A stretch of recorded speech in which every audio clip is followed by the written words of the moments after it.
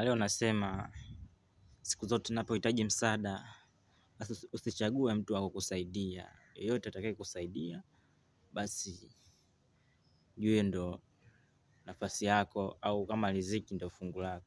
So nilikuwa naomba wasanii wenzangu, wasanii ambao mshatoboa tayari mastaa kama Diamond, Alikiba, Harmonize au Mario, hata Rayvanny na wengineo ambao wana uwezo wa kumsaidia msanii. Mimi naimba na ni msanii, na rekodi ngoma, na ngoma zangu nimerekodi zipo kwenye account yangu hapa TikTok na hapa YouTube. So kwa naomba ni support jamani, ni support, nisani kwenye lebo, niko tayari hivyo vyote vile kwenye lebo, na uwezo wa kukaa.